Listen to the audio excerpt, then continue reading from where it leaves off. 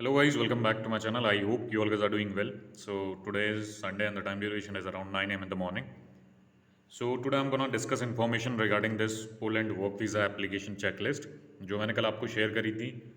उसमें मैंने आपको इन्फॉर्मेशन प्रोवाइड की थी कि क्या क्या डॉक्यूमेंट आपको शो करने हैं और बहुत लोगों की क्वेरी ये आई थी कि कौन कौन से ओरिजिनल डॉक्यूमेंट हमको सबमिट करने पड़ेंगे अपार्ट फ्रॉम दैट और कौन कौन से उन लोगों को जो कॉपी आपकी जो फ़ोटोकॉपी आप निकाल के देते हैं वो आपको वहाँ पे प्रोवाइड करनी पड़ेगी। उसके लिए मैं आपको सारी इन्फॉर्मेशन बता देता हूँ, एक बार गो थ्रू कर लेते हैं। इसके अलावा आपको कहना चाहता हूँ कि अगर आप जैसे ही आपका रिजेक्शन आता है तो आपको बता देते हैं अपना जो डॉक्यूमेंट आपको सबमिशन करने के लिए आना पड़ेगा, तभी आपको डॉक्यूमेंट जो आपकी चेकलिस्ट जो होती है वो आपको वापस मिल जाती है। इसके अलावा जो आपके डॉक्यूमेंट होंगे उसके बारे में बताऊँ तो आपके फ़ोटोस्टैट लगते हैं, फ़ोटोकॉपी लगती है, तो मेरे को लगता नहीं उसका रिक्वायरमेंट होगा। और अगर आपका रिजेक्शन आ जाता है तो उसके बाद आप अगर कोई डॉक्यूमेंट उनसे वापस मांगना चाहते हैं तो उसके लिए आप वहाँ पे एक ऑप्शन होता है, ईमेल कर सकते हैं और वो बोलेंगे कि आप वहाँ जाके कलेक्ट कर लें। आपको डॉक्यूमेंट वहाँ से वापस भी मिल जाते हैं अगर आपको चाहिए हैं अगर कोई डॉक्यूमेंट। अदरवाइज़ ओरिजिनल कॉपी कोई लगाता है नहीं।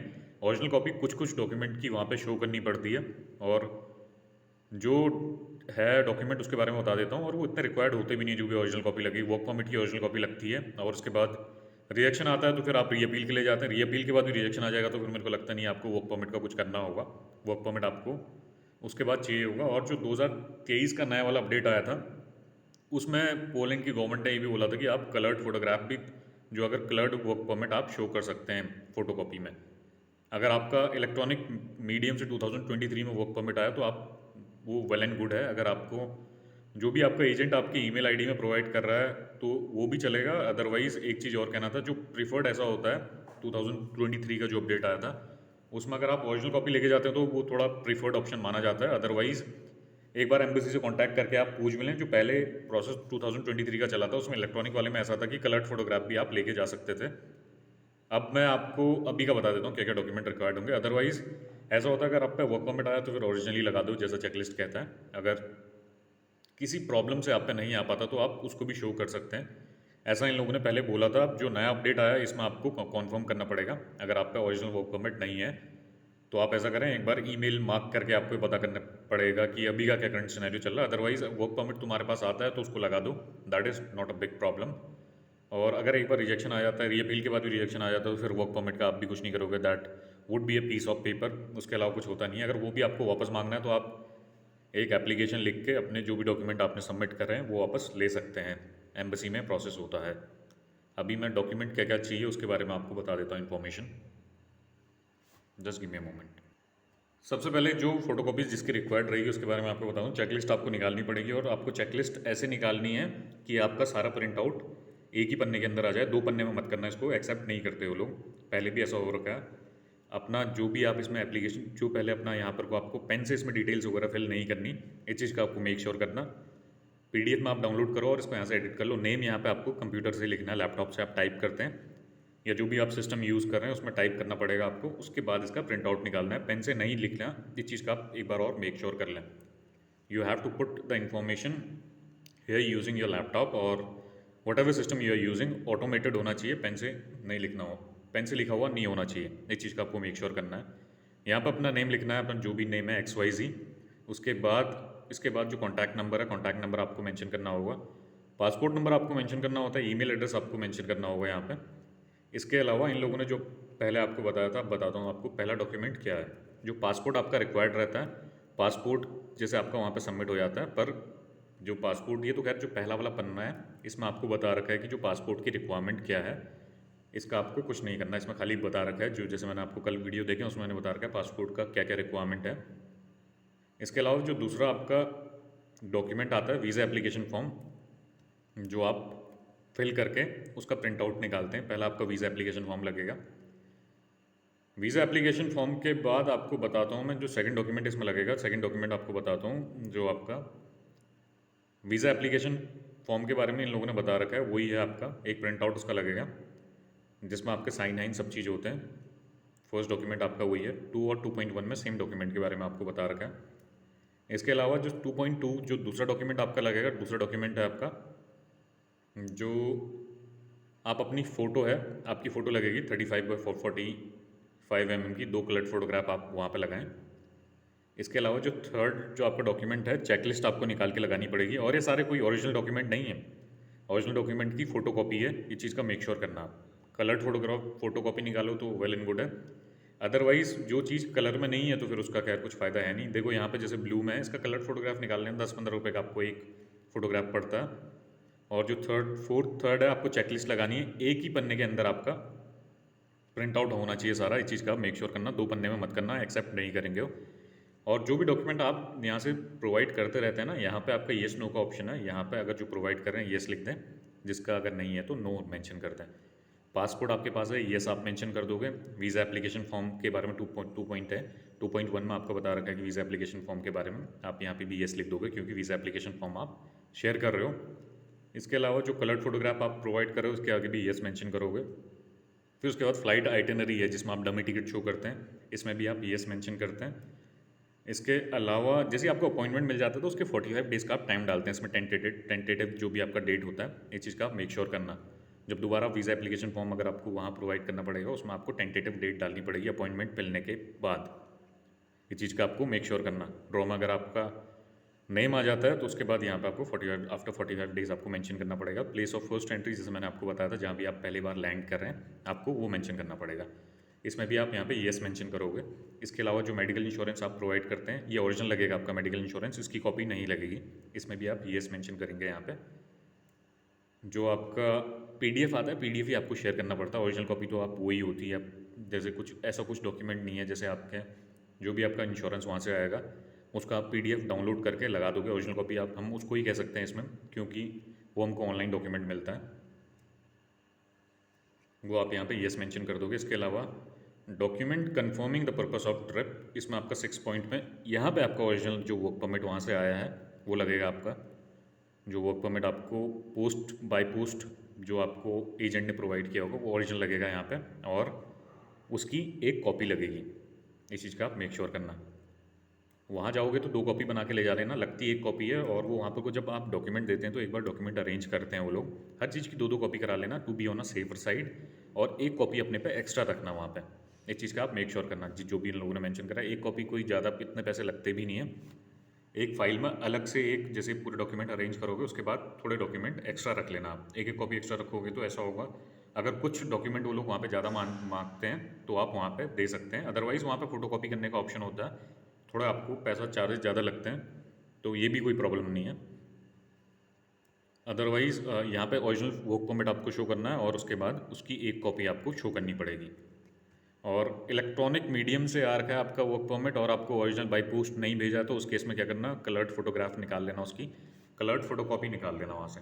और एक बार कलर्ड फोटोकॉपी निकालने से पहले एम्बेसी में पता कर लेना कि I have this as per the new implementation in 2023, जो उनका नया इम्प्लीमेंटेशन हुआ था उसमें उन लोगों ने बोला था कि आप अपना कलर्ड फोटोकॉपी भी दिखा सकते हैं।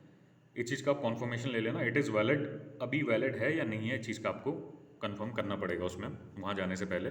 डायरेक्ट फोटोकॉपी लेके मत चले जाना, इस चीज़ का आपको मेक श्योर करना पड़ेगा। इसके अलावा जो आपका सेकंड डॉक्यूमेंट इसमें लगता है, जो आपकी बैंक स्टेटमेंट है, बैंक स्टेटमेंट तो खैर आप वही दिखा सकते हो, एक कॉपी मिलती है आपको। बैंक स्टेटमेंट या बैंक सर्टिफिकेट है वो आपको इसमें लगाना पड़ेगा। अभी तक का जो डॉक्यूमेंट ओरिजिनल लगा है खाली आपका वर्क परमिट लगा है, ठीक है। इसके अलावा आप वहाँ पे जो लेके जाते हैं proof of registration of employing, जो सपोर्टिव डॉक्यूमेंट है वो आपको सारे ओरिजिनल डॉक्यूमेंट आप पे आए हैं तो आप दिखा दो उनको, वो आपको शो करने पड़ेंगे यहाँ पे। जो भी आपके पास बाय पोस्ट आया तो आप उसके सारे लगा देना यहाँ पे डॉक्यूमेंट। एक एक कॉपी भी करा लेना, कॉपी अपने पास अलग रखे रहना, इसमें कॉपी रखने के लिए नहीं बोला उन लोगों ने। जो ओरिजिनल डॉक्यूमेंट है आपको वो शो करना पड़ेगा। अगर वहाँ पे कॉपी मांगते हैं तो आप दे दो, वहाँ उन लोगों को प्रोवाइड कर दो। अदरवाइज़ जो आपके सपोर्टिव डॉक्यूमेंट हैं वो सारे आप यहाँ पे लगा लें। और ईमेल पर रिसीव नहीं हुए हैं आपके पास तो एक कॉपी अपने पास भी रखना, क्या पता बाद में वहाँ पे अकोमोडेशन लेटर आप दिखाओगे वहाँ पे जब आपका एडमिशन होगा, जैसे कि आप हॉस्टल लेते हैं, तो एक कॉपी अपने पास वैसे भी रखना। और मैं अगर बोलूँ तो जो सपोर्टिव डॉक्यूमेंट है उनकी 2 कॉपी करा लेना आप। एक तो जो ओरिजिनल है जो आप पे वहाँ से बाई पोस्ट आए वो वहाँ सबमिट हो जाएंगे। इसके बाद 2 कॉपी अपने पास आप रखे रहना, अगर क्या पता कॉपी मांगे तो कॉपी प्रोवाइड कर देना। Otherwise the other thing is एक कॉपी अपने पास भी रखना, जब पोलैंड में आप जाओगे तो उसमें ऐसा होगा वर्क परमिट हो गया, वर्क परमिट की कॉपी, सब सारी इन्फॉर्मेशन आप पे होनी चाहिए, आपके सपोर्टिव डॉक्यूमेंट, आपका ऑफर लेटर। इसमें ऐसा होता है क्रॉस चेक करने में आपके लिए भी फ़ायदा रहता है, आप पे भी एक रिकॉर्ड रहता है। सारे डॉक्यूमेंट ऐसा मत करना कि जो आपके ओरिजिनल डॉक्यूमेंट वहाँ से आ रखे हैं आपने सारे प्रोवाइड कर दिए बाई पोस्ट से और आपके पास कुछ भी नहीं है, ऐसा मत करना, अपने पास भी एक प्रूफ रखे रहना। इसके अलावा 6.3 के बारे में मैंने आपको बता दिया। 6.4 के बारे में आपको बताऊंगा। I9 आपके लिए नहीं है, इसमें NA नो मेंशन कर दोगे आप। इसके अलावा जो सपोर्टिव डॉक्यूमेंट है जो प्रोवाइड कर रहे हो आप, जैसे आप प्रोवाइड करते हो एजुकेशनल सर्टिफिकेट आप प्रोवाइड करते हो 10-12 की मार्कशीट, इसकी फोटोकॉपी रिक्वायर्ड रहेगी और कलर्ड प्रिंट आउट आप लेके जाना। वहाँ पे जो आपके ओरिजिनल डॉक्यूमेंट है वो खाली वेरीफाई करते हैं, ओरिजिनल डॉक्यूमेंट यहाँ पे नहीं लगेंगे। आपकी 10-12 की मार्कशीट की फोटोकॉपी लगेगी और कलर्ड कराना, इस चीज़ का मेक श्योर करना। इसके अलावा जो नेक्स्ट थिंग इज़ जो आपका है वर्क एक्सपीरियंस के बारे में आपको है तो आप दिखा दो, फोटोकॉपी लगेगा इसका भी। और जो ओरिजिनल डॉक्यूमेंट आप लेके जाओगे, जो ओरिजिनल फोटो जो आपका वर्क एक्सपीरियंस सर्टिफिकेट है वो खाली वेरीफाई करने के लिए ले जाते हो आप। इसके अलावा PCC की आपकी क्या सीन होता है आप। इसके अलावा जो नेक्स्ट डॉक्यूमेंट है जो पुलिस क्लियरेंस सर्टिफिकेट आप यहाँ पे शो करते हैं, जैसे आप PCC अप्लाई करते हैं तो उसकी 2 कॉपी आती हैं ओरिजिनल। एक कॉपी वहाँ पे लगा देना, एक कॉपी अपने पास रखे रहना अपने रेफरेंस के लिए। और इसके अलावा जो अकोमोडेशन का जो आपका लेटर आता है वो आप इसका आपको लगाना पड़ेगा इसमें। सपोर्टिव डॉक्यूमेंट के अंदर एक अकोमोडेशन लेटर आपके पास आता है, उसको आप यहाँ पर लगा दें। इसके अलावा जो एडिशनल डॉक्यूमेंट है, एडिशनल डॉक्यूमेंट में आपको बताता हूँ, जैसे आप एक एफिडेविट बनाते हैं, जस्टिफिकेशन लेटर जिसमें आप मेंशन करते हैं। मैंने फॉर्मेट बनाया है, अगर आपको चाहिए तो आप वीडियोज़ में चेक कर सकते हैं। वो आप बैंक से एक एफिडेविट बनता है आपका, स्टैम्प पेपर में आपका सारा इन्फॉर्मेशन होता है, वो ओरिजिनली लगा दें, एक कॉपी अपने पास वैसे रख लेना आप। इसके अलावा जो रेसिडेंस प्रूफ आपका रहता है, जो रेसिडेंस प्रूफ है, जैसे आपकी आधार कार्ड की ID है, आप इसकी फ़ोटोकॉपी लगाते हैं कलर्ड और ओरिजिनल अपनी वैलिडेशन के लिए ले जाते हैं। ओरिजिनल आपकी सबमिट नहीं करेंगे, कोई भी डॉक्यूमेंट आपको ओरिजिनल सबमिट नहीं करते हो एक्सेप्ट आपके वर्क परमिट के। इसके अलावा जो पासपोर्ट है, पासपोर्ट तो आपका ओरिजिनल वहाँ पे सबमिट हो जाता है। जो पासपोर्ट का आपको 2 फोटोकॉपी चाहिए होती हैं अगर आपको बताऊँ तो, जिसमें आपका पहला और लास्ट पेज आपका, पहले जो आपका फर्स्ट पेज होता है उसमें आपकी इन्फॉर्मेशन होती है और जो लास्ट पेज है उसमें भी इन्फॉर्मेशन होती है, वो दोनों आपको दिखानी पड़ेगी। वहाँ पे 2 कॉपी चाहिए होंगी आपको, आप लेके जाना। मांगते तो एक कॉपी है, एक कॉपी आप to be on a safer side आप अपने पास रख लें। इसके अलावा अगर आप कहीं शेंगन में पहले ट्रैवल करा है और आप पे वहाँ का वीज़ा लगा है तो आप उसको फ़ोटोकॉपी लेके जाना पड़ेगा, उसका भी अटैच कर दें उसके साथ ही। और इन लोगों ने पूरा मेंशन करके दे रखा है, अगर आपको पहले मिल रखे हैं पासपोर्ट, अगर वहाँ से शेंगन वीज़ा वगैरह मिला है तो आप उसको लगा के ले जाएँ। और इसके अलावा अगर आप 2 पासपोर्ट यूज़ कर रहे हैं और शेंगन वीज़ा आपके पुराने पासपोर्ट में लगा है तो उसकी भी आपको फ़ोटोकॉपी लेके जानी पड़ेगी वहाँ पे, अटैच कर देना to be on a safer side.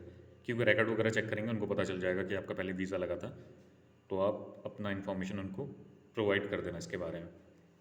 इसके अलावा जो नीचे वाले में आपका पूरा डॉक्यूमेंटेशन का राइट है, अगर कुछ और एडिशनल डॉक्यूमेंट मांगते हैं तो मांग सकते हैं। और इसके अलावा 15 से 30 दिन के अंदर आपका सबमिशन हो जाएगा, ये पूरा वेरीफाई करता है। इसके अलावा जो डेट प्लेस आप मेंशन कर दोगे वो ये मेंशन कर देगा, एप्लीकेंट सिग्नेचर, इसका प्रिंट आउट निकाल के आपको सबमिट करना पड़ेगा, ठीक है। तो मैंने सारी इन्फॉर्मेशन आपको बता दी है, कैसे आपको डॉक्यूमेंट अरेंज करने हैं, कैसे सिस्टमैटिक मैनर में आपको सारे डॉक्यूमेंट अरेंज करने होते हैं और कैसे आपको इन्फॉर्मेशन फिल करनी है। येस नो में आपको यहाँ पर डेटा मेंशन करना पड़ता है, जैसे मैंने आपको बताया जो डॉक्यूमेंट आप दिखा रहे हैं येस, जो नहीं दिखा रहे हैं उसमें नो। और अगर डॉक्यूमेंट के बारे में बात करूँ तो ओरिजिनल डॉक्यूमेंट मैंने आपको बता दिया आपका क्या लगे, कौन कौन से डॉक्यूमेंट आपके ओरिजिनल लगते हैं। वर्क परमिट आपका ओरिजिनल लगेगा और इसके अलावा पासपोर्ट सबमिट हो जाएगा। इसके अलावा सब सारे जो भी डॉक्यूमेंट आपके हैं, इसका आपको क्या करना है, जैसे आपके ओरिजिनल वर्क एक्सपीरियंस के सर्टिफिकेट हैं या 12th की मार्कशीट है, खाली वैलिडेशन के लिए चेक होते हैं। आधार कार्ड हो गया, ओरिजिनल भी लेके जाना, ओरिजिनल आपके खाली एक बार चेक करके वैलिडेट करेंगे, अदरवाइज आपके जो फोटोकॉपी है वही लगती है। ओरिजिनल मत देना 12th की मार्कशीट, अभी भी कह रहा हूँ मैं, ये रिक्वायर्ड नहीं होती। बहुत लोग ऐसा करते हैं कि ओरिजिनली सबमिट कर देते हैं, that is of no use. फिर उनको दोबारा क्या करना होता है कि एप्लीकेशन लिख के डॉक्यूमेंट अपने वापस मांगने पड़ते हैं। अगर किसी ने पहले सबमिट भी कर रखे हैं तो प्रॉब्लम नहीं है, ओरिजिनल भी आप सबमिट कर दे तो वापस मिल जाते हैं। पर ऐसा होता है कि एप्लीकेशन लिख के सबमिट करने पड़ते हैं, ये चीज़ का आप मेक श्योर करना। ऐसे डॉक्यूमेंट आप सबमिट करना। और सारे डॉक्यूमेंट मेरे को लगता है कि एक बार अगर आपका वीज़ा लग जाता है तो वो लोग अपने पास ही रखते हैं, और वीज़ा आपका नहीं भी लगता है तो ऐसा भी होता है कि रीपिल के लिए जाते हैं, उसके बाद आपका रिजेक्शन आता है तो आपको फिर डॉक्यूमेंट रिक्वायर्ड होते भी नहीं है, अगर जैसा मैं देखूँ तो।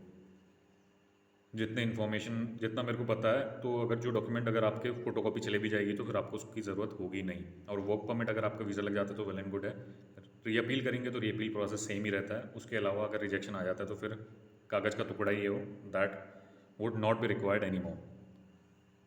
तो ये सारी इन्फॉर्मेशन मैंने आप लोगों को शेयर कर दी कि कौन से फ़ोटोकॉपी दिखाने हैं और कौन से आपको ओरिजिनल वहाँ पे डॉक्यूमेंट शो करने हैं। इसके अलावा जो रिमेनिंग वीडियोज़ हैं उनके बारे में भी आपको बताता हूँ, और आज 2-3 वीडियो पोस्ट कर दूंगा जिसमें सारी इन्फॉर्मेशन आपको प्रोवाइड करूँगा। Thank you guys, that's all for now. कुछ क्वेरीज वगैरह हो तो आप मेरे को रीच आउट कर लेना। Thank you, have a nice day.